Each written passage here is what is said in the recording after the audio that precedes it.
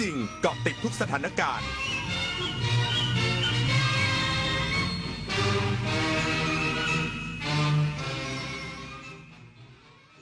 รับฟังข่าวต้นชั่วโมง 16 นาฬิกากับพิญโยรุ่งสมัย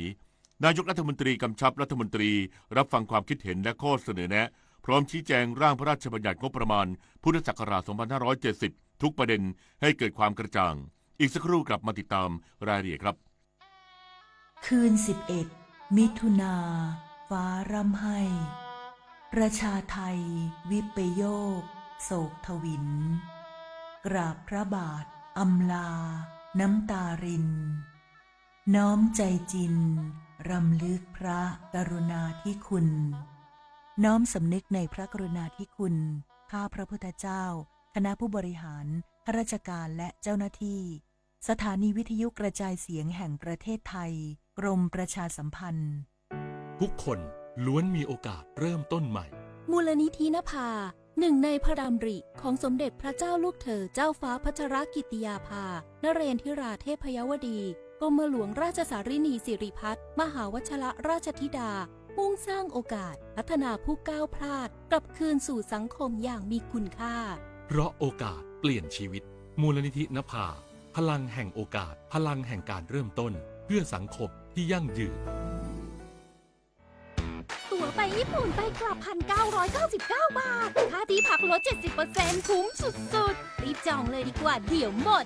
เอ๊ะเพจหายไปแล้วโปรที่ถูกผิดปกติอาจไม่ใช่โอกาสทองแต่อาจเป็นกลลวงของมิจฉาชีพก่อนจองเช็คให้ชัวร์ทุกครั้งถ้าพลาดโอนเงินรีบโทร1441อายัดบัญชีทันทีของถูกมีจริงแต่ของถูกเกินจริงต้องระวังกราบก้มบังคมบาทปิยราชธิดาพระเสด็จสู่ฟ้าปวงประชาร่ำไห้ครวญนาพระกรณียกิจในดวงจิตทวินหวนทุกเร้าเศร้าในสวงพระคือดวงใจไทย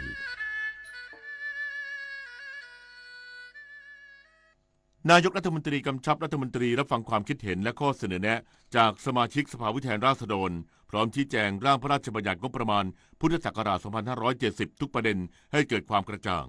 นางสาวรัชดา ธนาดิเรกโฆษกประจำสำนักนายกรัฐมนตรีเปิดเผยว่าการประชุมคณะรัฐมนตรีวันนี้ได้ประชุมที่อาคารรัฐสภาเนื่องจากอยู่ในช่วงการพิจารณาร่างพระราชบัญญัติงบประมาณรายการประจำปีงบประมาณพ.ศ. 2570 โดยนายกรัฐมนตรีได้กำชับให้คณะรัฐมนตรีทุกคนอยู่ที่อาคารรัฐสภาเพื่อร่วมรับฟังความคิดเห็นและข้อเสนอแนะจากสมาชิกสภาผู้แทนราษฎรได้ชี้แจงทุกประเด็นให้เกิดความกระจ่างและใช้โอกาสนี้ทำความเข้าใจกับประชาชนปริศนาถขวัญแสงสุขรายงานปลัดสำนักนายกรัฐมนตรีเปิดเผยประชาชนเริ่มทยอยแจ้งเบาะแสทุจริตสอบท้องถิ่นหลังนายกรัฐมนตรีมีคำสั่งให้ตั้งศูนย์รับเรื่องร้องเรียนพร้อมขอให้ผู้แจ้งเบาะแสมั่นใจว่าข้อมูลจะถูกปิดเป็นความลับนางยุพาทวีวัฒนกิจบวรปลัดสำนักนายกรัฐมนตรีเปิดเผยถึงกรณีที่นายกรัฐมนตรีมีคำสั่งจัดตั้งศูนย์รับเรื่องร้องเรียนและแจ้งเบาะแสเกี่ยวกับการทุจริตในการสอบแข่งขันเพื่อบรรจุบุคคลเข้ารับราชการหรือเป็นพนักงานส่วนท้องถิ่นว่าปัจจุบันศูนย์ยังคงเปิดรับเรื่องร้องเรียนอย่างต่อเนื่องโดยมีประชาชนทยอยแจ้งเรื่องเข้ามาแล้วแต่จำนวนยังไม่มากเนื่องจากคาดว่าผู้จะรับผลกระทบส่วนหนึ่งจะรอภายหลังวันที่1 กรกฎาคมซึ่งเป็นวันเปิดให้ผู้สอบผ่านเข้ารายงานตัวจึงขอให้ผู้ที่ได้รับความเสียหายทยอยยื่นเรื่องร้องเรียนทั้งนี้ขณะนี้อยู่ระหว่างการรวบรวมข้อมูลและสรุปจำนวนเรื่องร้องเรียนที่ได้รับพร้อมยืนยันว่าผู้แจ้งเบาะแสสามารถมั่นใจได้ว่าข้อมูลส่วนบุคคลจะได้รับการคุ้มครองและเก็บรักษาเป็นความลับตามขั้นตอนการปฏิบัติงานโดยการเปิดเผยข้อมูลต่อสาธารณะจะจำกัดเฉพาะจำนวนเรื่องร้องเรียนที่ได้รับเท่านั้นส่วนรายละเอียดของผู้ร้องเรียนและกระบวนการตรวจสอบจะไม่เปิดเผยชวิสาปทุมมารายงานตำรวจภูธรจังหวัดนราธิวาสบูรณาการทุกภาคส่วนทบทวนมาตรการรักษาความปลอดภัยพื้นที่เสี่ยงเพื่อสร้างความมั่นใจให้กับประชาชนในพื้นที่พลตำรวจตรีประยงโคตรสาขาผู้บังคับการตำรวจภูธรจังหวัดนราธิวาสเปิดเผยว่าภายหลังเกิดเหตุลอบวางระเบิดบริเวณท่อลอดถนนในพื้นที่อำเภอตากใบ ผู้บัญชาการตำรวจภูธรภาค 9 ได้กำชับให้ตำรวจทหารและฝ่ายปกครองและหน่วยงานที่เกี่ยวข้องร่วมกันทบทวนมาตรการรักษาความปลอดภัยในพื้นที่เสี่ยงโดยเฉพาะบริเวณท่อลอดและคอสะพานเพื่อประเมินความเพียงพอของกำลังพลและบูรณาการแนวทางป้องกันเหตุให้มีประสิทธิภาพยิ่งขึ้นด้วยการทำงานร่วมกันระหว่างทหารตำรวจและฝ่ายปกครองพร้อมพิจารณาเสริมมาตรการด้านกายภาพด้านยุทธวิธีและการเฝ้าระวังเพื่อป้องกันไม่ให้เกิดเหตุซ้ำนอกจากนี้ยังได้กำชับให้เพิ่มความเข้มงวดในการรักษาความปลอดภัยพื้นที่โครงสร้างพื้นฐานที่สำคัญโดยเฉพาะโรงไฟฟ้าในพื้นที่อำเภอสุไหงโกลกซึ่งผู้ประกอบการพร้อมให้ความร่วมมือในการดำเนินมาตรการรักษาความปลอดภัยและขอให้ศูนย์ปฏิบัติการอำเภอได้ประชุมวางมาตรการเพื่อสร้างความมั่นใจและความปลอดภัยให้แก่ประชาชนอย่างสูงสุดประพิชานันท์เทพรักษ์ สวท นราธิวาสรายงานน้ำมันทุกหยดมีค่ารู้ใช้รู้รักษาวันข้างหน้าไม่ขาดแคลนจบข่าวพิญโยรุ่งสมัยอ่านรับฟังข่าวครั้งต่อไปเวลา 17 นาฬิกาติดตามข่าวที่นำเสนอไปแล้วได้ที่ www.thainews.prd.go.th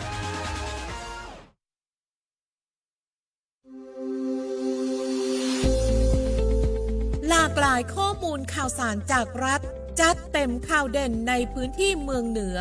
เวลาดี 4 โมงแรงในรายการอู้ข่าวเจ้าเหนือต่างสถานีวิทยุแห่งประเทศไทยภาคเหนือตอนบน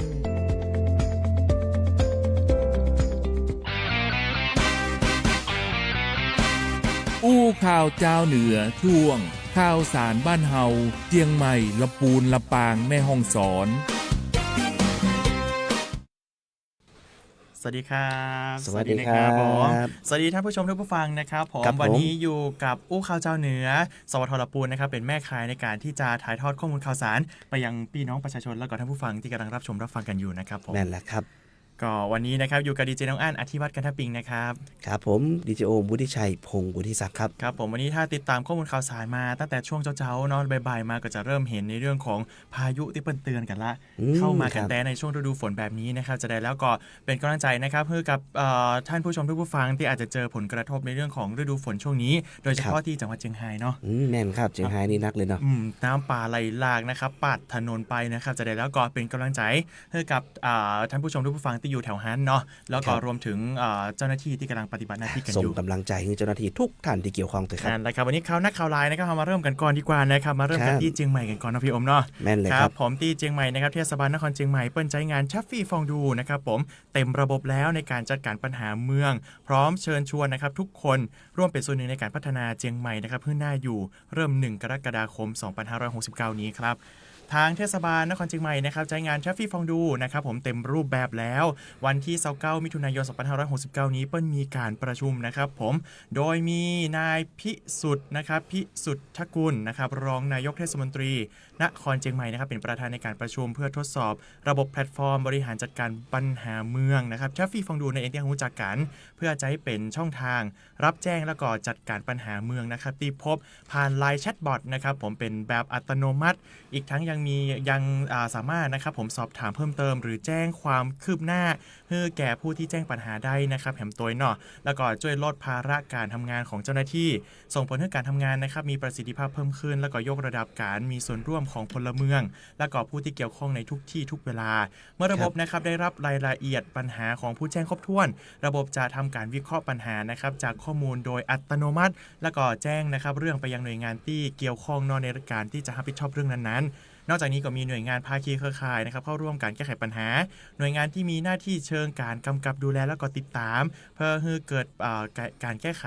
ข้อร้องเรียนนะครับเพื่อยังรวดเร็วแล้วก็มีประสิทธิภาพมากขึ้นพบปัญหาเมืองนะครับอย่าปล่อยผ่านแจ้งได้ง่ายๆเลยที่ชัฟฟี่ฟองดูนะครับผมครับยังอยู่ที่จังหวัดเชียงใหม่แต่เราไปกันที่อำเภอฝางนะครับพัฒนาชุมชนอำเภอฝางก็มีการฝึกอบรมพัฒนาศักยภาพหมู่บ้านกองทุนแม่ของแผ่นดินตามโครงการ128กองทุนแม่ของแผ่นดินนะครับวันจันทร์ที่29มิถุนายนที่ผ่านมาที่บ้านต้นพึ่งใต้หมู่ที่7ตำบลโป่งน้ำร้อนอำเภอฝางจังหวัดเชียงใหม่พัฒนาการอำเภอฝางครับนายสุเมธนินสวิทย์นักวิชาการพัฒนาชุมชนนะครับก็เป็นผู้รับผิดชอบ งานกองทุนแม่ของแผ่นดินนะครับก็มีการฝึกอบรมพัฒนาศักยภาพของหมู่บ้านกองทุนแม่ของแผ่นดินนะครับตามโครงการ128กองทุนแม่ของแผ่นดินนะครับโดยมีเป้าหมายนั่นก็คือ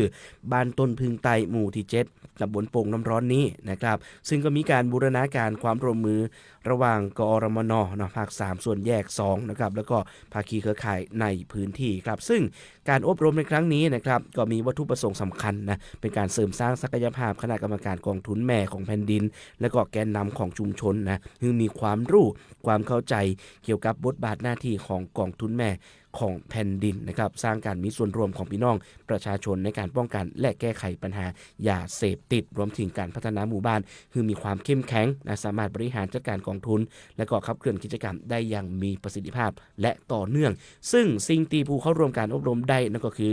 การแลกเปลี่ยนเรียนรู้แนวทางการดำเนินงานกองทุนแม่ของแผ่นดินการจัดทำแผนกิจกรรมของหมู่บ้านการสร้างเครือข่ายเฝ้าระวังปัญหายาเสพติดและก็การบูรณาการความร่วมมือระหว่างหน่วยงานภาครัฐผู้นำชุมชนการและก็หน่วยงานที่เกี่ยวข้องนะรวมถึงพี่น้องประชาชนตัวนะครับน้องอันชุมชนก็เป็นด้านสำคัญในการที่จะช่วยการดูแลในเรื่องของยาเสพติดน้อยโอนเนาะปิกมาตีละปูนกับแฮมสักน้อยนะครับผมใครที่เป็นไซซิ่งนะไซเบิ้ลรถเสียงดังนะมาฟังตังนี้กันสักหน่อยนะครับผมวันนี้เลยนะครับผมท่านปิยพงษ์ชูวงศ์นะครับผู้ว่าราชการจังหวัดละปูนของเฮานะครับผมร่วมแถลงเนาะในการที่จะระดมกวาดล้างปราบปรามการแข่งรถในทางและก็รถแต่งซิ่งผิดกฎหมายนะครับผมในการเฝ้าระวังครั้งนี้นะครับเพื่อป้องกันและก็ปราบปรามกลุ่มวัยรุ่นนอกก่อความเดือดร้อนรำคาญแก่พี่น้องประชาชนในจังหวัดลำพูนของเฮาครับผมโดยมีพลตำรวจตรีนะครับผมบุญยวัฒน์เกิดกล่ำนะครับผู้บังคับการตำรวจภูธรจังหวัดลำพูนส่วนราชการแล้วก็สภ.ในสังกัดนะครับเข้าร่วมการทำลายต่อไอเสียครั้งนี้โดยนะครับที่ผ่านมาตำรวจภูธรจังหวัดลำพูนนะครับได้ดำเนินการจับกุมอย่างจริงจังแล้วก็ต่อเนื่องจนมีผลการจับกุมนะครับรถเครื่องนี่แหละครับผมดัดแปลงท่อไอเสียดังเกินกว่ากฎหมายกำหนดนะครับห่วงตั้งแต่วันที่16มีนาคม2567ยาวมาจนถึงปัจจุบันนี้เลยครับแล้วก็จัดเพื่อมีการทำลายต่อไอเสียเนาะเป็นของกลางนอกที่คดีถึงที่สุดแล้ว517รายการด้วยกันจะได้ก็ตามนะครับผมสำหรับใครที่ต่อรถเสียงดังมีการดัดแปลงหากมีการดัดแปลงท่อนะครับผมแล้วก็มีเสียงดังเกินกว่ากฎหมายกำหนดผู้ใดฝ่าฝืนมีโทษปรับสูงสุดคือ 2,000 บาทรวมถึงนะครับร้านแต่งรถที่จำหน่ายสินค้าที่ผ่านการรับรองของมาตรฐานอุตสาหกรรมมีโทษจำคุกถึง6เดือนเลยเนอะแล้วก็ปรับ 500,000 บาทหรือทั้งจำทั้งปรับนะครับแล้วก็ฝากประชาสัมพันธ์ไปยังพี่น้องประชาชนกันต้อยช่วยกันแจ้งเบาะแสนะครับหากเฮาเจอคนที่แต่งรถแข่งรถนะครับผมแจ้งได้ตลอด24ชั่วโมงนะมีสายด่วนของเบอร์191เนาะก็คือตำรวจที่เป็นเฮาฮู้อยู่แล้ว24ชั่วโมงแจ้งได้เลยหรือเป็นสายตรงก็ได้นะครับ053-569-790ครับผมครับไปกันที่จังหวัดลำปางครับคุณผู้ชมและคุณผู้ฟังนะครับที่จังหวัดลำปางนะท่าอากาศยานลำปางนะครับมีการประชุมคณะทำงานฝึกซ้อมแผนฉุกเฉินและแผนเผชิญเหตุท่าอากาศยานลำปางเต็มรูปแบบประจำปี2569ครับวันนี้ครับนะเวลาบ่ายโมงที่ผ่านมานี่เองนะครับที่ท่าอากาศยานลำปางเปิ้นก็มีการประชุมคณะทำงานฝึกซ้อมแผนฉุกเฉินและแผนเผชิญเหตุท่าอากาศยานลำปางเต็มรูปแบบประจำปี69นะก็มีการจำลองกรณีอากาศยานประสบเหตุภายในบริเวณท่าอากาศยานและการละเมิดมาตรการด้านความปลอดภัยบริเวณลานจอดอากาศยานนะครับซึ่งก็มีหน่วยงานที่เกี่ยวข้องนะเข้าร่วมการประชุมนอตีห้องศูนย์ปฏิบัติการฉุกเฉินตีท่าอากาศยานลำปางนะครับซึ่งการประชุมในครั้งนี้ก็มีเป้าหมายเพื่อซักซ้อมความเข้าใจและเตรียมความพร้อมกับเจ้าหน้าที่และหน่วยงานที่เกี่ยวข้องนะครับเพื่อสามารถตอบสนองต่อสถานการณ์ฉุกเฉินหรือว่าการแทรกแซงโดยมิชอบได้อย่างรวดเร็วและมีประสิทธิภาพนะครับการฝึกซ้อมแผนเผชิญเหตุเต็มรูปแบบครั้งนี้ก็มีจัดขึ้นนะครับระหว่างวันที่จะมีขึ้นระหว่างวันที่22ถึง24กรกฎาคม2569ณท่าอากาศยานลำปางนะครับก็จะมีการจำลองสถานการณ์แต่น้องอันแล้วก็จะมีการประเมินความพร้อมและก็ศักยภาพในการบริหารจัดการภาวะวิกฤตนะเพื่อเป็นการสร้างความเชื่อมั่นให้ผู้โดยสารและก็พี่น้องประชาชนต่อระบบรักษาความปลอดภัยของสนามบินนั่นเองนะครับครับผมจากสนามบินเฮาไปตังแม่ฮ่องสอนนะเพราะว่าโกงนักขนาดนะเนาะใครเคยไปพ่องนะครับแชร์กันได้เนอะนะครับผมตังแม่ฮ่องสอนนะครับผมนำผู้ว่านะครับนำคณะนะครับกรรมการร่วมภาครัฐและก็เอกชนนะลงพื้นที่ที่ขุนยวมครับผมหนุนวิสาหกิจชุมชนต่อยอดผลิตภัณฑ์และก็บริการสร้างมูลค่าเศรษฐกิจฐานรากครับ ในตะวานี้นะครับผมนายวิบูลย์แววบัณฑิตนะครับผู้ว่าราชการจังหวัดแม่ฮ่องสอนพร้อมด้วยนายอำเภอหัวหน้าส่วนแล้วก็คณะกรรมการร่วมภาครัฐแล้วก็เอกชนเพื่อพัฒนาแล้วก็แก้ไขปัญหาเศรษฐกิจจังหวัดแม่ฮ่องสอนนะครับผมลงพื้นที่ที่คุณยวมนะครับผมเพื่อติดตามการดำเนินงานของรัฐของวิสาหกิจชุมชนแล้วก็มีการหารือแนวทางการส่งเสริมพัฒนาต่อยอดผลิตภัณฑ์และบริการของชุมชนนะครับเพื่อสามารถสร้างรายได้แล้วก็ขยายโอกาสในเรื่องของการตลาดได้มากขึ้นนะครับผมคณะนะครับได้ตรวจเยี่ยมชมกลุ่มวิสาหกิจแพทย์แผนไทยนวดแพทย์แผนไทยนะครับบ้านเมืองปอนนะครับที่โรงพยาบาลส่งเสริมสุขภาพตำบลบ้านเมืองปอนนะครับที่หมู่ที่1ที่ขุนยวมนะครับเพื่อรับฟังการดำเนินงานของกลุ่มพร้อมหารือนะครับแนวทางในการพัฒนาศักยภาพการสร้างมูลค่าเพิ่มแล้วก็เพิ่มช่องทางในการประชาสัมพันธ์เพื่อเป็นที่รู้จักแบบวงกว้างโดยกลุ่มนะครับจะได้รับการสนับสนุนผ่านโครงการปลูกพลังภูมิปัญญานะครับการโรยเข้าและนวดบีบยาสู่การท่องเที่ยวเชิงคุณค่านะครับจากคณะผู้บริหารการคลังประจำจังหวัดแม่ฮ่องสอนจากนั้นนะครับผมท่านผู้ว่านะครับแม่ฮ่องสอนแล้วก็คณะก็ได้ไปเยี่ยมนะครับกลุ่มตัดเย็บผลิตภัณฑ์เสื้อผ้าไตรของลุงบุญยศนะครับผอนวลนะครับณบ้านเมืองปอนนะครับซึ่งเป็นผลิตภัณฑ์สินค้าโอท็อปของชุมชนนะครับที่สืบสารเอาภูมิปัญญาอัตลักษณ์การตัดเย็บผ้าไตรนี่นะครับผมมาสร้างรายได้และก็ส่งเสริมการอนุรักษ์วัฒนธรรมท้องถิ่นควบคู่กับการพัฒนาเศรษฐกิจของชุมชนไปด้วยกันนะครับผมอันนี้ก็เป็นการส่งเสริมในเรื่องของเศรษฐกิจฐานรากนะครับผมอันอย่างที่ดีที่เด่นของจังหวัดนั้นตอนนี้เปิ้ลก็จะยกมาเป็นสินค้าเด่นของจังหวัดเพื่อพัฒนาให้รายได้ของพี่น้องประชาชนในพื้นที่ครับครับผมยังอยู่ที่จังหวัดแม่ฮ่องสอนแต่เราไปกันที่แม่สะเรียงนะครับพอเทศบาลตำบลแม่สะเรียงก็มีการเดินรณรงค์เดินหน้ารณรงค์นี่ห้องมันเย็นนะลิ้นมันจะแข็งแน่นอนนะ เดินหน้ารณรงค์เชิงรุกนะถ่ายทอดทักษะความปลอดภัยแก่สถานศึกษาและชุมชนสร้างภูมิคุ้มกันรับมือสาธารณภัยก็เป็นกิจกรรมดีๆที่น่าสนใจ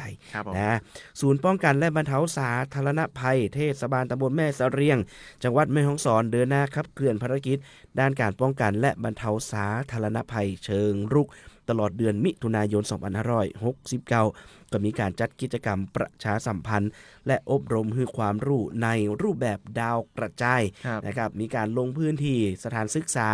และชุมชนนะเพื่อเสริมสร้างความรู้ความเข้าใจและทักษะการรับมือสถานการณ์ฉุกเฉินให้แก่เด็กเยาวชนและประชาชนนะครับซึ่ง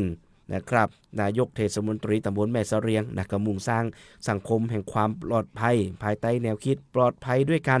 ปลอดภัยร่วมกันแม่สะเรียงปลอดภัยนะครับโดยเนื้อหานี่จะมีการออกแบบเพื่อสอดคล้องกับบริบทและความเสี่ยงของแต่ละในพื้นที่นะครับสำหรับโรงเรียนบ้านโฟซอตำบลเสาหินนี่นะก็จะเป็นการเตรียมพร้อมรับมืออุทกภัยและน้ำป่าไหลหลากคณะตีโรงเรียนบ้านแม่นาจางตำบลแม่นาจางในอำเภอแม่ลาน้อยนี่ก็จะมีการฝึกซ้อมแผนเผชิญเหตุในสถานศึกษาการอพยพการแจ้งเหตุฉุกเฉินและการปฏิบัติตามแผนอย่างเป็นระบบส่วนโรงเรียนอนุบาลทิพย์ตำบลบ้านกาดอำเภอแม่สะเรียงนี่ก็จะมุ่งสอนทักษะในเรื่องของพื้นฐานด้านความปลอดภัยสำหรับเด็กสำหรับเด็กว่าจะเป็นในการป้องกันการจมน้ำการข้ามถนนอย่างปลอดภัยการช่วยเหลือผู้มีอาหารติดคอนี่ดีมากเลยแล้วก็การซ่อมอพยพหนีไฟนะครับซึ่งการลงพื้นที่ในรูปแบบดาวกระจายในครั้งนี้ก็เป็นการสร้างการเรียนรู้เชิงรุกที่เข้าถึงพี่น้องประชาชนโดยตรงช่วยฮือละอ่อนเยาวชนประชาชนมีความพร้อมในการป้องกันตนเองสามารถช่วยเหลือผู้อื่นได้อย่างถูกต้องเมื่อเกิดเหตุฉุกเฉินนี่เป็นกิจกรรมที่ยอดเยี่ยมนะครับ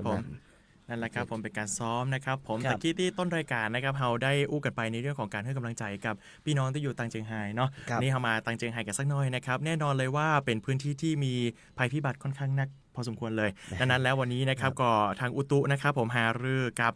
พสจ.นะครับผมเตรียมปักหมุด30สถานีวัดแผ่นดินไหวนะครับผมอีกหนึ่งภัยพิบัติละกันเนาะนำร่องนะครับในการแจ้งเตือนล่วงหน้าอย่างมีประสิทธิภาพที่เจียงไฮ้ครับ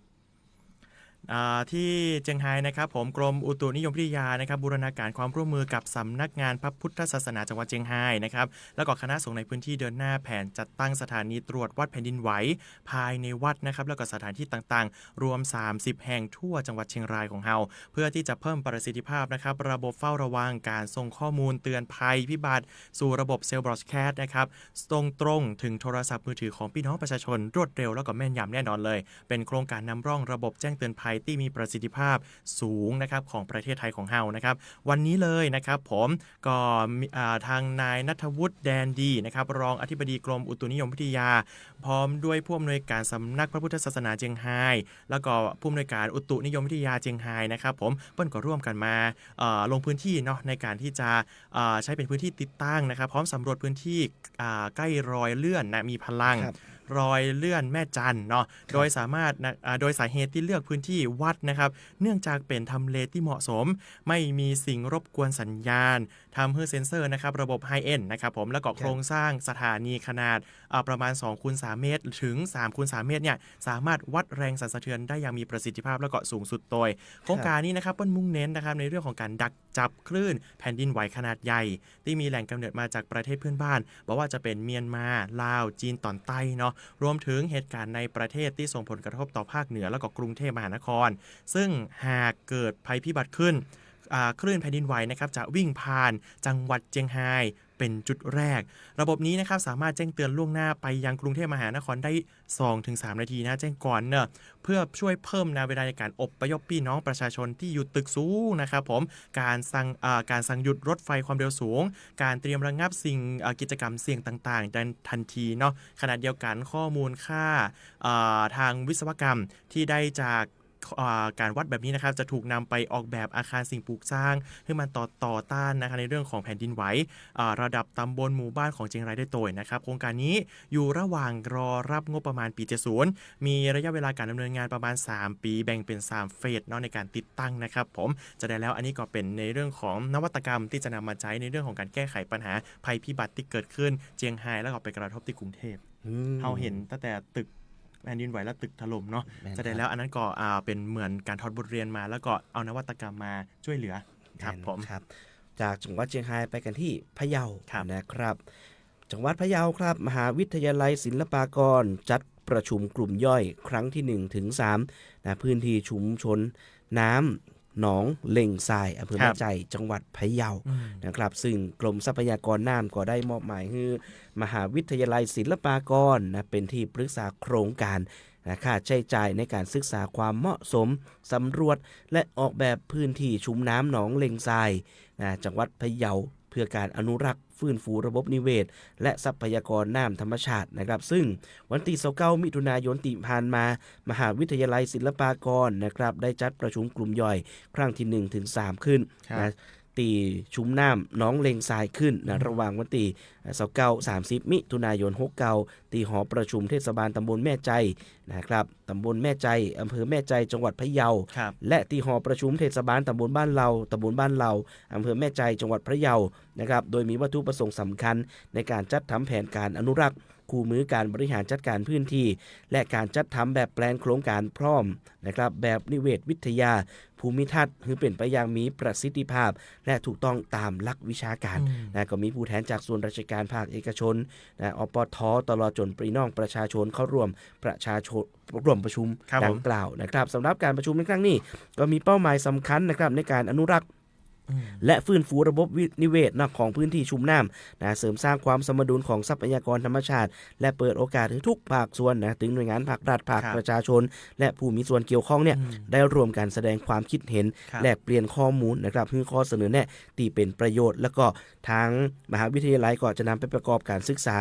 ในเรื่องของความเหมาะสมและโครงการเพื่อสอดคล้องกับสภาพพื้นที่และความต้องการของพี่น้องประชาชนครับผมอันนี้ก็เป็นความร่วมมือหลายภาคส่วนในการที่จะบริหารจัดการในเรื่องของจังหวัดคอนโตเก่านะให้ดีที่สุดเนาะเอามาตั้งแป้กันสักหน่อยนะครับผมจังหวัดแป้เปิ้ลก็เตรียมรับมือในเรื่องของฝนกันแล้วนะครับผมเตรียมซ้อมแผนเผชิญเหตุนะครับรับมืออุทกภัยน้ำป่าไหลหลากดินคนถล่มยกระดับความพร้อมรับฤดูฝนในปี 2569 นี้ครับวันนี้เลยนะครับผมที่ห้องประชุมเบียงโกสัยนะครับผมนายสมชัยเลิศประสิทธิพันธ์นะครับผู้ว่าราชการจังหวัดแพร่เป็นประธานการประชุมเตรียมความพร้อมนะครับเตรียมการฝึกกองอำนวยการป้องกันและบรรเทาสาธารณภัยจังหวัดแพร่และก็ศูนย์บัญชาการเหตุการณ์จังหวัดแพร่ประจำปี 2569 นะครับเพื่อเตรียมความพร้อมรับมือสถานการณ์อุทกภัยน้ำป่าไหลหลากและก็ดินโคลนถล่มนะครับที่อาจจะเกิดขึ้นได้ในช่วงของฤดูฝนแบบนี้นะครับโดยในรูปแบบการฝึกซ้อมบนโต๊ะนะครับควบ คู่กับการฝึกปฏิบัติเนาะเพื่อทดสอบความพร้อมของบุคลากรระบบบัญชาการเหตุการณ์นะครับผมการสื่อสารการบูรณาการทรัพยากรและการประสานงานระหว่างหน่วยงานที่เกี่ยวข้องพร้อมทั้งทบทวนนะครับแผนป้องกันและบรรเทาสาธารณภัยแผนเผชิญเหตุและก็แผนสนับสนุนต่างๆเพื่อสามารถนำไปใช้ได้จริงเวลามันเกิดเหตุฉุกเฉินจริงๆนะครับผมโดยที่ประชุมนะครับได้เห็นชอบกำหนดนะครับฝึกประจำปี 2569 เนี่ยกำหนดให้ฝึกครับฝึกกองอำนวยการป้องกันและบรรเทาสาธารณภัยจังหวัดแพร่และก็ศูนย์บัญชาการเหตุการณ์จังหวัดแพร่ในวันที่ 7 กรกฎาคม 2569 นะครับที่ห้องประชุมศูนย์บริหารจัดการน้ำจังหวัดแพร่องค์การบริหารส่วนจังหวัดแพร่ภายใต้สถานการณ์จำลองกรณีอุทกภัยเพื่อทดสอบระบบบัญชาการเหตุการณ์และก็สื่อสารหลักนะการสื่อสารหลักแล้วก็สื่อสารรองรวมถึงการประสานงานการปฏิบัติระหว่างศูนย์บัญชาการเหตุการณ์จังหวัดแพร่และก็หน่วยงานที่เกี่ยวข้องก่อนสรุปและก่อนนำข้อมูลนะครับนำข้อเสนอแนะต่างๆไปปรับปรุงแผนเพื่อในการรับมือภัยพิบัติให้มีประสิทธิภาพมากยิ่งขึ้นนั่นเองนะครับผมครับผมจากจังหวัดแพร่ไปที่จังหวัดน่านก็ยังอยู่ในเรื่องของน้ำนะครับชนประทานน่านเฝ้าระวังใกล้ชิดนะครับฝายน้ำยาวอำเภอท่าวังผาจังหวัดน่านหลังตีน้ำเริ่มเปลี่ยนสีนะจากใสเป็นขุ่นละหลังจากฝนตกหนักทางตอนบนของฝ่ายนะครับก็มีการเตรียมยกบันระบายน้ำนะเร่งระบายน้ำนะครับเจ้าวันนี้นะครับ30 มิถุนายนก็ได้รับรายงานสถานการณ์น้ำจากพื้นที่อำเภอท่าวังผาจังหวัดน่านนะโดยพบปริมาณนะน้ำบริเวณฝายน้ำยาวตำบลผาทองอำเภอท่าวังผานะครับเริ่มมีการเปลี่ยนสีเป็นสีขุ่นเข้มและมีปริมาณน้ำเพิ่มสูงอย่างต่อเนื่องนะครับสาเหตุนั่นก็คือมีฝนตกหนักสะสมในพื้นที่ตอนเหนือของตัวฝายอย่างต่อเนื่องนะตั้งแต่ค่ำคืนที่ผ่านมาส่งผลให้มีน้ำปานไหลหลากและมวลน้ำตะกอนดินไหลลงสู่ลำน้ำยาวนะครับทั้งนี้เจ้าหน้าที่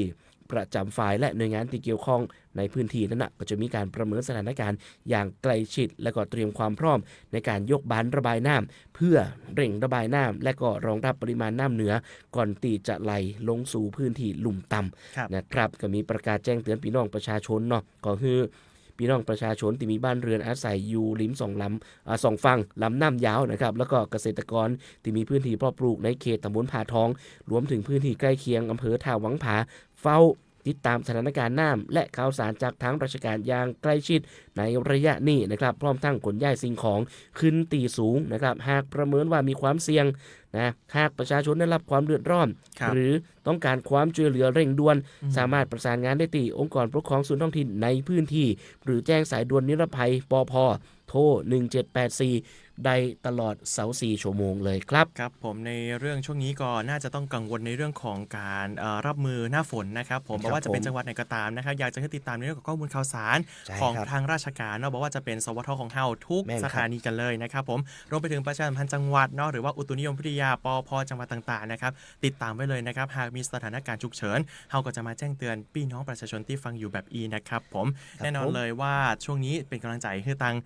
เจียงไฮ้ก่อนละกันนะครับผมน่าจะเจอสถานการณ์ค่อนข้างเยอะเหมือนกันนะครับวันนี้สวทลปูนะครับผมขอบคุณท่านผู้ชมท่านผู้ฟังทุกท่านเลยที่ติดตามรับฟังอู้ข่าวเจ้าเหนือของเฮานะครับผมซึ่งเฮาจะมาเจอกับละปูนติดอังคารเว้นอังคารเนาะดังนั้นแล้ววันนี้นะครับเดี๋ยวเราจะไปติดตามรายการต่อไปกันนะครับผมใต้ร่มพระบารมีพระพันปีหลวงกับสวทกำแพงเพชรครับผม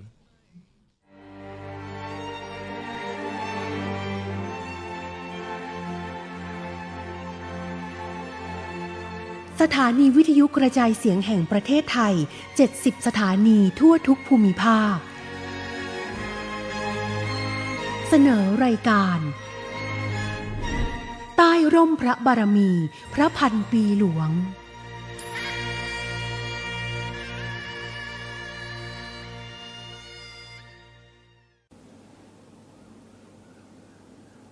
สวัสดีค่ะคุณผู้ชมคุณผู้ฟังทุกท่านต้อนรับทุกท่านเข้าสู่รายการใต้ร่มพระบารมีพระพันปีหลวงเพื่อแสดงความอาลัยและน้อมรำลึกในพระมหากรุณาธิคุณของสมเด็จพระนางเจ้าสิริกิติ์พระบรมราชินีนาถพระบรมราชชนนีพันปีหลวง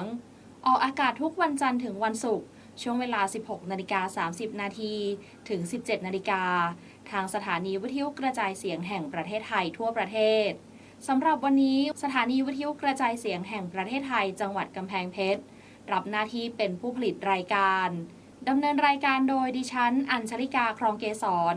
ควบคุมการผลิตโดยนายดิเรก ยาโคชรัตน์ผู้อำนวยการสถานีวิทยุกระจายเสียงแห่งประเทศไทยจังหวัดกำแพงเพชรและอำนวยการผลิตโดยนางพิสมัยเลิศอิทธิบาทผู้อำนวยการสำนักงานประชาสัมพันธ์ที่ 4ช่วงแรกเราไปรับชมภาพเก่าเล่าเรื่องราวของต้นศักดิ์ทรงปลูกของสมเด็จพระนางเจ้าสิริกิติ์พระบรมราชินีนาถพระบรมราชชนนีพันปีหลวงในการเสด็จพระราชดำเนินเยือนจังหวัดกำแพงเพชรเป็นครั้งแรกค่ะช่วงภาพเก่าเล่าเรื่อง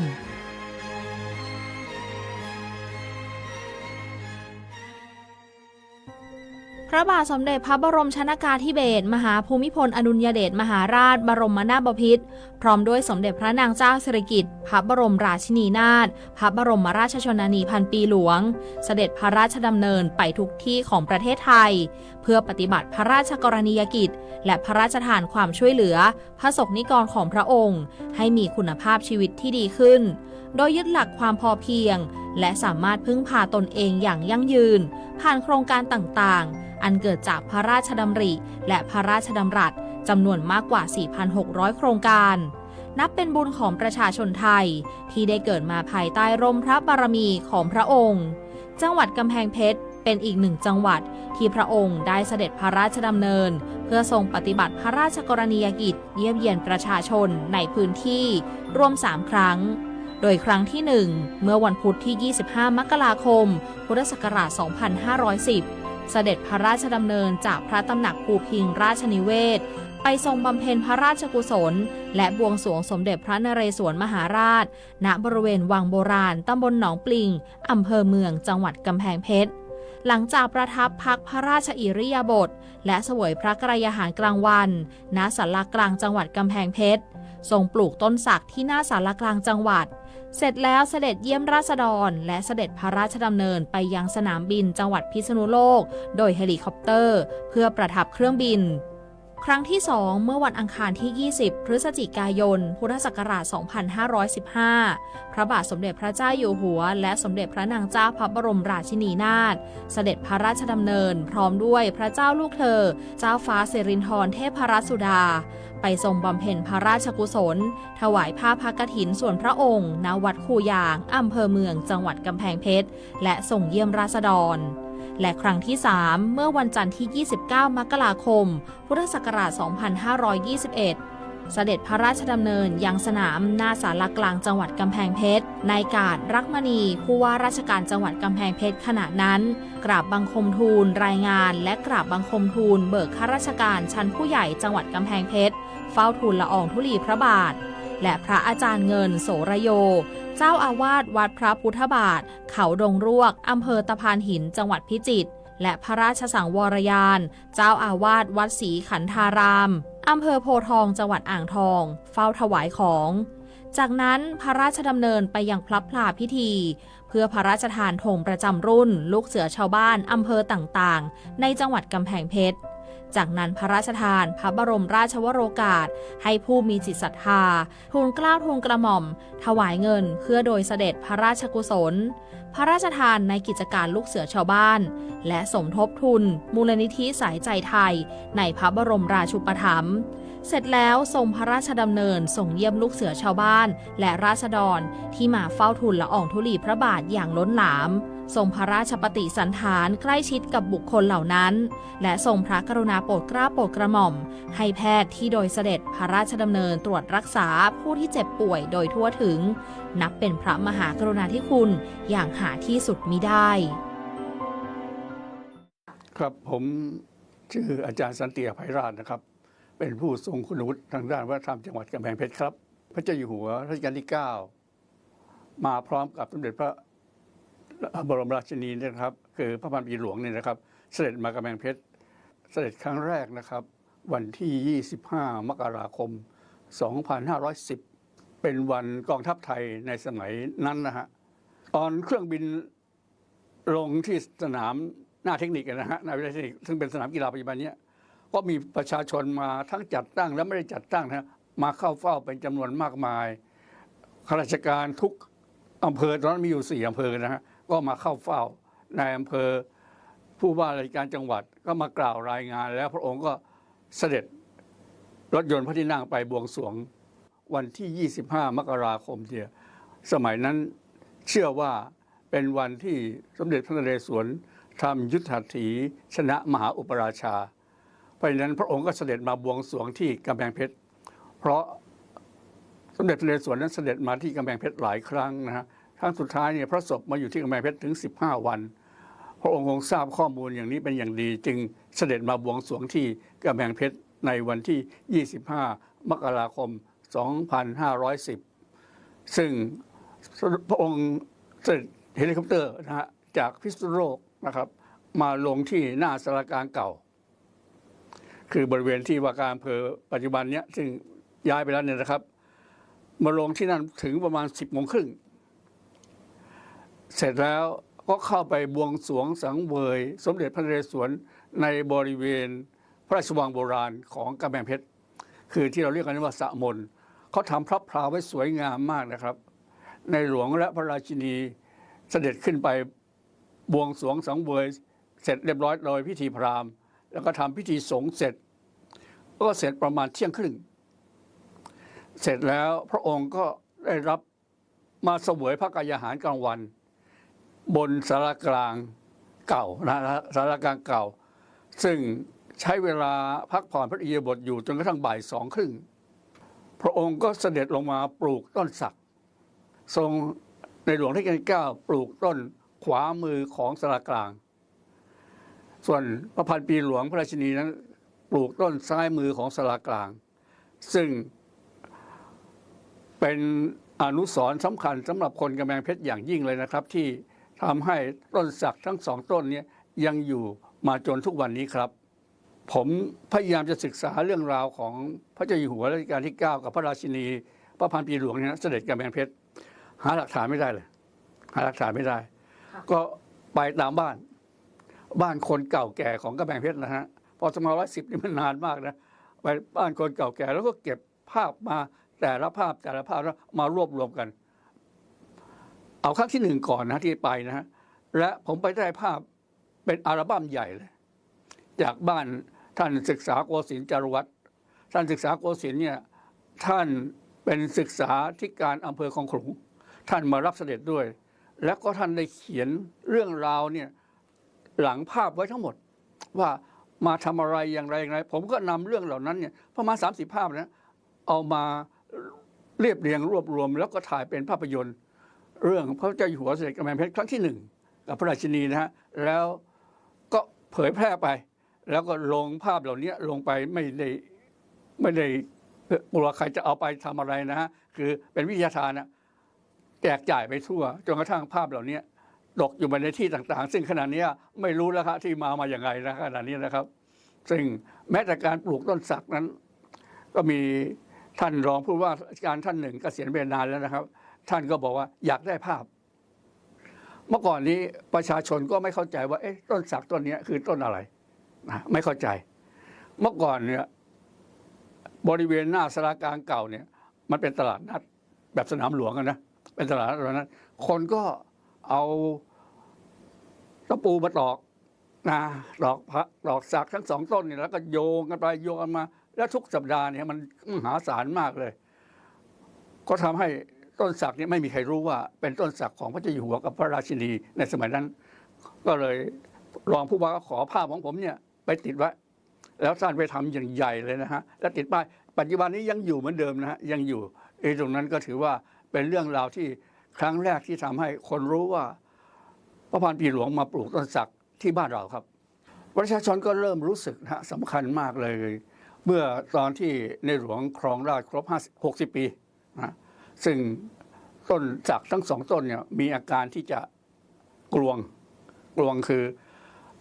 ตอนที่เขาปลูกเนี่ยไม่ได้ทะลุปูนเข้าไปข้างล่างนะฮะทำให้รากเนี่ยลงไปไม่ได้แล้วก็พอเติบโตขึ้นไปก็มันชะงักผมจำได้เป็นเดือนสิงหาคมนะฮะที่พายุใหญ่จะมาต้นสักทำท่าจะล้มทั้ง2 ต้นขณะนั้นเนี่ยทางชมรมผู้รักเมืองกำแพงชมรมผู้รักเมืองกำแพงเพชรชมรมรักในหลวงก็ มาที่ต้นสักกันแล้วก็แจ้งเรื่องราวเหล่านี้ให้ทางจังหวัดทราบทางจังหวัดตอนนั้นเนี่ยคุณเทวันอุตตศิวีเนี่ยเป็นนายอำเภอเมืองซึ่งยังอยู่ที่หน้าต้นสักนะอำเภอเมืองอยู่ตรงนั้นก็ลงมาช่วยกันท่านมหาสมจิตอภิจิตโตแห่งเรือนไทยนะฮะสมัยนี้ท่านเป็นพระราชแล้วนะครับเป็นพระเทพแล้วท่านก็ไปหาวิศวกรต้นไม้มาเยอะทีเดียวนะฮะผมว่า20 กว่าท่านลองมาวินิจฉัยดูซิว่าต้นสักจะทำให้มันเติบโตได้อย่างไรขนาดนี้ซึ่งมันวิกฤตมากวิศวกรต้นไม้จากกรุงเทพทั้งหมดก็มาดูแลกันแล้วก็ทำให้มันแข็งแรงขึ้นทำให้ดีขึ้นบูรณะต้นไม้อย่างดีนะฮะเมื่อเสร็จเรียบร้อยแล้วเนี่ยผมยังเชิญหัวหน้ากลุ่มเขาเนี่ยมาออกอากาศที่สถานีวิทยุของเราเนี่ยว่าเมื่อไหร่เราจะเอาไม้เอาเหล็กที่ค้ำออกได้นะฮะเขาบอกว่าอาจารย์15 ปีถึง18 ปีตอนนี้ก็ใกล้แล้วนะฮะใกล้แล้วนะครับซึ่งน่าจะออกได้แต่ขณะนี้หมดเมื่อกี้ผ่านไปชมก็เป็นธรรมชาติว่าใบร่วงหมดใบร่วงหมดแต่ขณะนี้ทางอบจ.ได้เข้ามาดำเนินการไม่ให้รถผ่านตรงนั้นแล้วก็ถัดตามเป็นสวนสาธารณะคือต้องเข้าใจเลยนะครับว่าพระพันปีหลวงเนี่ยเสด็จมากำแพงเพชรเนี่ยถึง11 ครั้ง11 ครั้งซึ่งการ11 ครั้งนี่มันเป็นเรื่องที่พระมหากษัตริย์ซึ่งดูแลทั้งแผ่นดินเนี่ยจะมาบ้านเราถึง11 ครั้งเนี่ยมันเป็นเรื่องใหญ่มากเรื่องใหญ่มากเพราะฉะนั้นครั้งแรกที่พระองค์มาเนี่ยคือพระพันปีหลวงมาเนี่ยที่มาปลูกต้นสักต้นนี้ไว้เนี่ยซ้ายมือของสารกลางเนี่ยนะครับซึ่งมันมีความหมายสำคัญกับคนกำแพงเพชรมากคนกำแพงเพชรในช่วงหลังเนี่ยผมว่าเข้าใจมากขึ้นและระลึกถึงมากขึ้นก็พยายามไปดูแลกันนะฮะไปดูว่ามันเป็นยังไงและขณะนี้กรมป่าไม้ก็ดีทางเจ้าหน้าที่ส่วนใหญ่เขาก็มาดูแลเพื่อที่จะให้ต้นสักเนี่ยรอดได้แต่ขณะนี้ก็59 ปีที่ผ่านมานะก็ใหญ่โตมากเพราะฉะนั้นตรงนี้ก็เลยทำให้ต้นสักเหล่านั้นเนี่ยทั้ง2 ต้นเนี่ยคนก็เข้าใจมาดูแลเข้าใจมาสนใจและขณะนี้ทุกคนก็รู้ว่าต้นสัก2 ต้นนี้คือต้นสักมเหสวนของพระเจ้าอยู่หัวรัชกาลที่ 9กับพระพันปีหลวงครับช่วงตามรอยพระเมตตา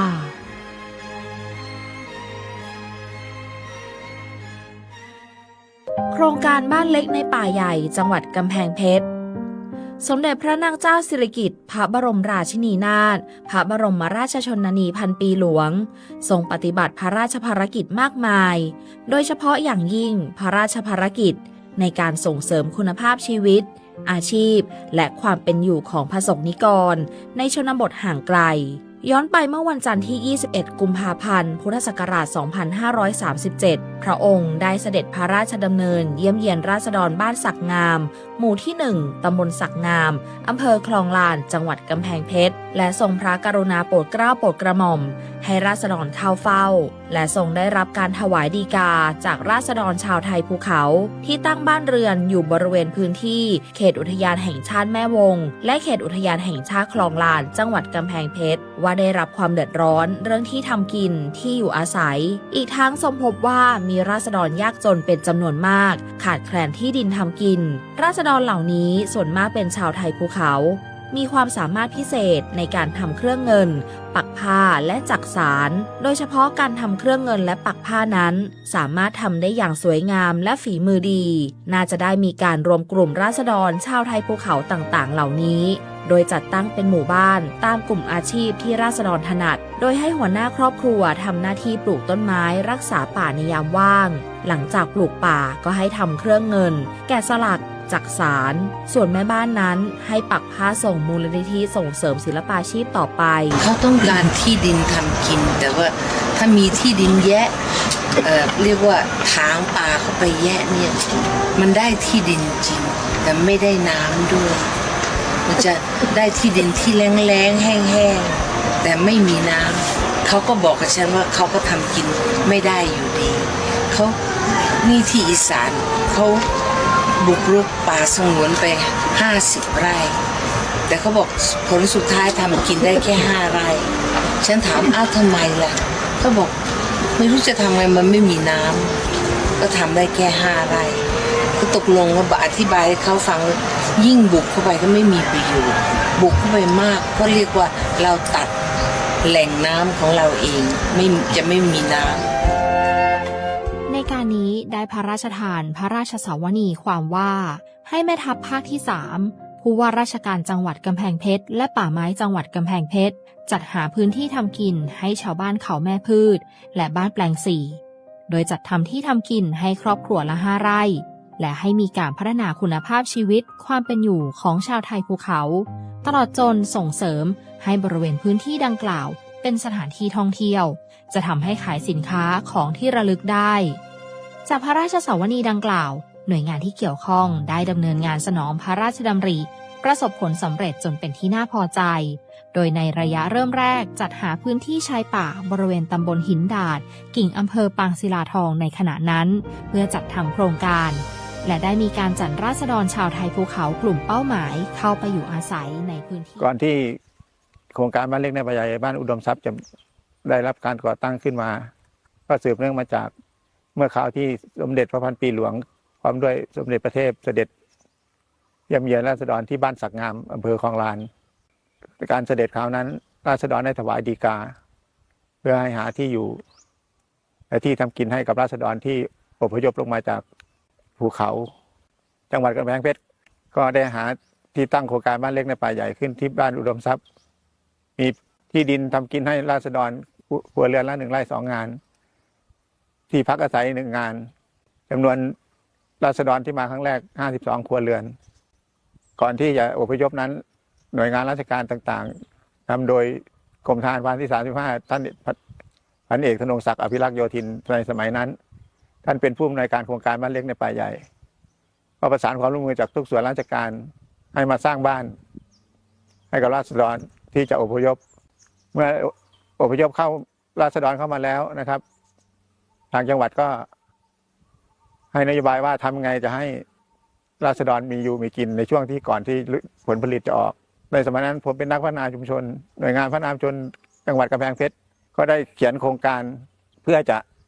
ส่งเสริมอาชีพให้กับราษฎรที่เป็นผู้ใหญ่นะครับส่วนเด็กสำนักงานพัฒนาชุมชนจังหวัดก็ทำเรื่องของงบประมาณไปที่กปร.ขอสร้างศูนย์พัฒนาเด็กเล็กขึ้นมาเพื่อที่จะเอาเด็กจากชาวเขานะครับเด็ก0 ถึง 5 ปีเนี่ยมาเลี้ยงดูซึ่งเด็กขณะนั้นเกือบ100 คนนะครับที่ตามมาสำนักงานพัฒนาชุมชนจังหวัดกำแพงเพชรก็ได้ดำเนินการเลี้ยงดูเด็กโดยหาผู้อุปการะจากต่างประเทศบ้างในประเทศบ้างนะครับในส่วนของเด็กเราก็ต้องการให้เขาได้รับการศึกษาที่ดีเตรียมความพร้อมในด้านสุขภาพร่างกายสติปัญญาให้แข็งแรงนะครับส่วนผู้ใหญ่นั้นสำนักงานพัฒนาชุมชนจังหวัดก็เขียนโครงการขอกปร.เช่นกันขอพัฒนาอาชีพนะครับซึ่งมีอาชีพที่ราษฎรถนัดอยู่แล้วก็คืออาชีพปักผ้าอาชีพทำเครื่องเงินและอาชีพแกะสลักไม้สำนักงานพัฒนาชุมชนได้เขียนโครงการเพื่อที่จะทำให้ยังไงราษฎรอยู่ได้ในระหว่างฝึกอาชีพนะครับในระหว่างฝึกงานก็จะมีค่าตอบแทนเป็นค่าอาหารให้นะครับเพื่อที่เขาจะได้มาพะวงเรื่องการทำมาหากินหลังจากนั้นนะครับราษฎรส่วนหนึ่งที่ไม่ได้ฝึกอาชีพก็ไปรับจ้างปลูกป่าในการเสด็จของพระองค์ท่านเป็นการเสด็จส่วนพระองค์นะครับในปีแรกนั้นพระองค์ท่านก็ทรงให้ของขวัญค่าครองชีพแก่ราษฎรที่เขารับเสด็จทุกครัวเรือนแล้วก็ท่านจะมอบกันบ้านให้กับราษฎรโดยมีดำริว่าอยากจะให้ราษฎรที่ปักผ้านั้นรักษาและอนุรักษ์ลายผ้าเก่าๆไว้ให้ดีเพื่อพัฒนาลายต่างๆก็มีการพัฒนาขึ้นโดยการมอบกันบ้านพระนามชนได้รับมอบหมายให้ดูแลเรื่องนี้นะครับผมเองในฐานะที่เป็นนักพัฒนาชุมชนก็จะให้การบ้านกับราษฎรกับกลุ่มปักผ้านะครับว่าใครจะปักลายอะไรบ้างนะครับใครจะมีชิ้นงานกี่ชิ้นก็เฝ้าติดตามตลอดนะครับจน รับเสด็จครั้งที่ 1พระองค์ท่านก็มอบเงินพระราชทานให้กับราษฎรเพื่อประกอบเพื่อเป็นการยังชีพนะครับ แล้วก็ให้ค่าผ้าแต่ละชิ้นนะครับ แต่ละชิ้นก็ไม่เหมือนกันแล้วแต่ฝีมือพระองค์ท่านเห็นว่าเด็กเยาวชนหรือผู้สูงอายุผู้ที่วัยทำงานที่มีฝีมือพอจะมีแววในการพัฒนาอาชีพได้พระองค์ท่านก็จะส่งไปฝึกอาชีพที่สวนจิตรลดาที่กรุงเทพแล้วก็ภูพิงราชนิเวศนะครับก็จะคัดเด็กจากโครงการบ้านเล็กในป่าใหญ่แล้วก็ผู้ที่มีแววที่จะพัฒนาฝีมือได้ดีนะครับ ซึ่งน้องๆที่ได้รับคัดเลือกไปฝึกอาชีพที่ศูนย์ศิลปาชีพที่สวนจิตรลดานะครับก็ได้สร้างผลงานเด่นๆไว้เยอะนะครับซึ่งพระองค์ท่านก็นำไปแสดงตามต่างประเทศนะครับหรือมีงานใหญ่ๆงานกาชาติพระองค์ท่านก็จะจัดแสดงลายผ้าแล้วก็เครื่องแกะสลักต่างๆนะครับการเสด็จมานี้นะครับพระองค์ท่านก็จะให้กันบ้านกับราษฎรตลอดในการพิจารณาราษฎรเข้าเฝ้ารับเสด็จนั้นทางพัฒนาชุมชนเองกับอำเภอปางศิลาทองก็จะคัดกรองรายชื่อนะครับผู้ที่มีความขยันผู้ที่ไม่เกี่ยวข้องกับยาเสพติดนะครับก็จะคัดรายชื่อเข้าเฝ้ารับเสด็จนะครับคนที่จะได้เข้าเฝ้าอย่างใกล้ชิดก็จะเป็นคนที่มีฝีมือดีและคนที่ผ่านการคัดกรองจากอำเภอถึงฝีมือไม่ดีแต่มีความขยันเป็นคนที่ดีก็จะได้รับการเข้าเฝ้ารับเสด็จพระองค์ท่านเสด็จมาบ้านเล็ก5 ครั้งด้วยกันนะครับหลังจากท่านไม่ได้เสด็จแล้วทางศูนย์ศิลปาชีพนะครับก็ให้กันบ้านกับกลุ่มศิลปาชีพที่อุดมทรัพย์นะครับทำชิ้นผ้าไปส่งที่สวนจิตรลดาเป็นประจำจนปัจจุบันนี้สมาชิกศิลปาชีพก็ได้ส่งผ้าศูนย์ศิลปาชีพบางไทรทุกปีนะครับพระองค์ท่านถือว่าได้ช่วยราษฎรของคนไทยและช่วยประเทศไทยเป็นอย่างมากนะครับคือไม่ปล่อยให้ราษฎรที่อยู่บนภูเขาต้องทำลายป่าบนภูเขาทำลายแหล่งต้นน้ำนะครับพระองค์ท่านก็จัดสถานที่ให้แล้วก็ให้ฝึกอาชีพนะครับให้สามารถอยู่ได้ซึ่งขณะนี้เด็กๆที่อยู่ในโครงการบ้านเล็กในป่าใหญ่นี่ก็มีอาชีพหลากหลายเป็นข้าราชการก็มีนะครับเป็นข้าราชการครูเป็นข้าราชการท้องถิ่นก็มีนะครับพระองค์ท่านมีพระมหากรุณาธิคุณเป็นอย่างสูงนะครับป่าไม้ก็เขียวขจีนะครับน้ำท่าก็ดีพระองค์ท่านทรงมีดำริว่าในหลวงเป็นน้ำฉันจะเป็นป่าที่รักษาต้นน้ำถึงทำให้เกิดการหวงแหนป่าสมาชิกศิลปาชีพสมาชิกโครงการบ้านเล็กในป่าใหญ่บ้านอุดมทรัพย์ตลอดจนพี่น้องชาวไทยพื้นราบนะครับพระองค์ก็ไม่ทอดทิ้งในครั้งที่พระองค์ท่านเสด็จนั้นมีราษฎรคนไทยที่ขอเข้าเฝ้าพระองค์ท่านก็ให้เข้าเฝ้าโดยมอบกันบ้านให้ผลิตเส้นไหมไทยหรือไหมเหลืองที่เราเรียกนะครับก็มีกลุ่มเลี้ยงไหมด้วยซึ่งเป็นราษฎรพื้นราบการรับเสด็จแต่ละครั้งหลังจากที่อำเภอจังหวัดคัดกรองคน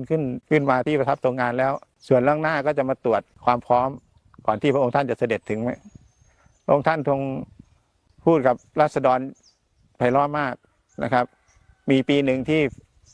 ที่ลมฝนก็โหมกระหน่ำมาอย่างแรงเต็นท์พังไปเยอะแต่พระองค์ท่านก็กลัวราษฎรจะตื่นพระองค์ท่านก็ยิ้มแย้มแจ่มใสแล้วก็ปลอบใจราษฎรว่าวันนี้สนุกดีเนาะซึ่งสร้างขวัญกำลังใจให้กับผู้รับเสด็จแล้วก็สมาชิกศิลปาชีพเป็นอย่างดีนะครับพระองค์ท่านก็จะให้ท่านจะดูลายผ้านะครับถ้าเป็นผ้านะครับถ้าเป็นเครื่องเงินก็จะดูกับรูปแบบแนวคิดต่างๆเห็นลายผ้าถ้าเป็นลายเก่าๆพระองค์ทรงชอบแล้วก็จะตรัสสั่งให้ราษฎรนั้นเอาขึ้นมาอีกทำปีต่อไปให้มาถวายอีกแล้วให้รักษาไว้ให้รักษาลายเก่าๆไว้นะครับในระหว่างทรงงานพระองค์ท่านก็พูดภาษาเราก็คือใจดีนะครับก็พูดคุยให้กำลังใจกับสมาชิกตลอดซึ่งสมาชิกแต่ละคนได้เข้าเฝ้านี่จะน้ำตาไหล นะครับ ที่สมเด็จแม่หรือพระพันปีหลวงได้ช่วยเหลือท่านพระองค์ท่านไม่ทอดทิ้งจริงนะครับแม้ปัจจุบันนี้พระองค์ท่านเสด็จสวรรคตแล้วทางสมาชิกก็ยังสามารถส่งผ้าปักไปศูนย์ศิลปาชีพได้อีกนะครับตั้งแต่ปี 2538 จนถึงปัจจุบันโครงการบ้านเล็กในป่าใหญ่ได้เปลี่ยนชีวิตชาวไทยภูเขาในพื้นที่จังหวัดกำแพงเพชรให้มีที่อยู่มีอาชีพเลี้ยงตนเองเข้าถึงบริการสาธารณสุขรวมถึงเป็นกำลังสำคัญในการปกป้องผืนป่าตามแนวพระราชดำริของสมเด็จพระนางเจ้าสิริกิติ์พระบรมราชินีนาถพระบรมราชชนนีพันปีหลวงเราไปติดตามความรู้สึกของประสบนิกรที่ได้เข้าร่วมโครงการบ้านเล็กในป่าใหญ่ในช่วงสานต่อพระราชปณิธานค่ะช่วงสานต่อพระราชปณิธาน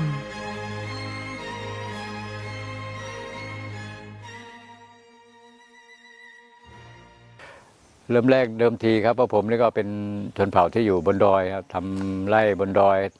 ตัดไม้ถางป่าอะไรสมัยก่อนนะมันใช่อยู่ครับแต่สมัยนี้เราปลูกป่าทดแทนสมัยที่เราทำผ่านมาครับครับผมมีความภาคภูมิใจมากครับได้เป็นความโชคดีของผมและพี่น้องชนเผ่าในโครงการบ้านเล็กในป่าใหญ่ทุกครอบครัวเลยนะครับว่าเราเปรียบเทียบเมื่อก่อนเราอยู่บนดอยนะครับเราอยู่บนดอยการศึกษาก็ไม่มีไฟฟ้าก็ไม่มีการรักษาพยาบาลก็ไม่มีครับเจ็บป่วยก็ต้องหามกันลงมาหาหมอที่โรงพยาบาลซึ่งเป็นความยากลำบากครับเป็นความโชคดีของชนเผ่าเมียนเรานะครับทุกคนได้มาอยู่ในโครงการบ้านเล็กในป่าใหญ่ของเราแห่งนี้นะครับก็มีแม่หลวงพระพันปีนะครับได้มารับเป็นสมาชิกศิลปาชีพครับส่วนผู้หญิงก็มีฝีมือในด้านการปักผ้าของชนเผ่าเราส่วนผู้ชายครับคนที่มีฝีมือก็ส่งไปอบรมการทำเครื่องเงินครับที่พระตำหนักภูพิงคราชนิเวศครับผมเองก็ได้มีโอกาสได้ไปฝึกงานอยู่2 เดือนครับฝึกทำเครื่องเงินนะครับหลังจากนั้นก็ได้ทำเครื่องเงินถวายงานให้พระพันปีหลวงของเราตลอดมานะครับเปรียบเทียบกับความเป็นอยู่ทุกวันนี้กับเมื่อก่อนเราอยู่บนดอยนะครับตอนนี้อยู่ในพื้นที่โครงการบ้านเล็กเราก็30 กว่าปีแล้วนะครับก็มีความสะดวกสบายขึ้นเยอะนะครับลูกหลานก็ได้รับการศึกษาที่ดีนะครับการรักษาพยาบาลก็สะดวกสบายนะครับทำให้ชีวิตของคนเราคนในโครงการบ้านเล็กในป่าใหญ่เราทุกครอบครัวมีความสุขครับจะพยายามนะครับทำสิ่งที่พระพันปีหลวงตั้งใจไว้นะครับที่มาช่วยเหลือเรานะครับแล้วก็จะต้องสานต่อนะครับก็กับผมกับบรรดาชาวโครงการบ้านเล็กและพี่น้องเราทุกคนก็ตั้งใจนะที่จะต้องมาดูแลส่วนที่พระองค์ตั้งใจไว้ครับอย่างเช่นป่าไม้ป่าอะไรนะครับเราต้องช่วยกันอนุรักษ์รักษานะครับเพื่อให้มันเกิดความชุ่มชื้นอุดมสมบูรณ์ให้มันเขียวขจีดังความตั้งใจของพระองค์ท่านครับและทั้งหมดนี้คือรายการใต้ร่มพระบารมีพระพันปีหลวงจัดทำขึ้นเพื่อแสดงความอาลัยและรำลึกในพระมหากรุณาธิคุณของสมเด็จพระนางเจ้าสิริกิติ์พระบรมราชินีนาถพระบรมราชชนนีพันปีหลวงสำหรับวันนี้สวัสดีค่ะ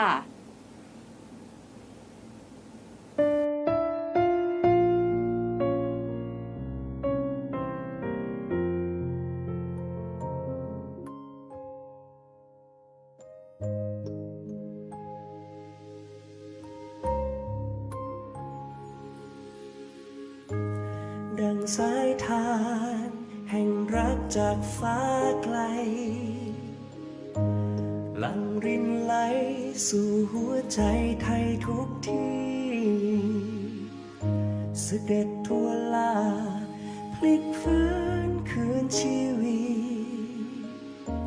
พระพันปีเป็นมิ่งขวัญของพ้องชนส่งเสริมพื้นผ้าไทยอันล้ำค่าฟื้นชีวิต